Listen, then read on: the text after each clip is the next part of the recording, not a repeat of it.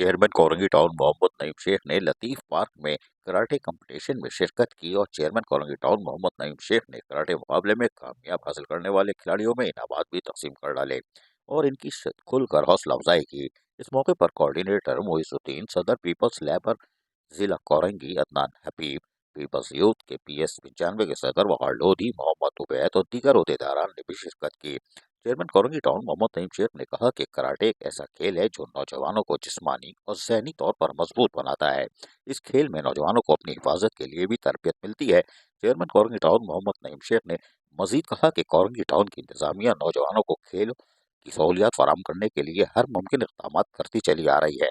Chairman Korangi town Mohammad Naeem Sheikh ने karate competition के मुंतज़मीन को भी मुबारकबाद दी और कहा कि ऐसे खेल के मुकाबले का इनकाद नौजवानों को खेलों की तरफ राग़िब करने में अहम किरदार अदा करता है और इनका किरदार भी नुमाया है।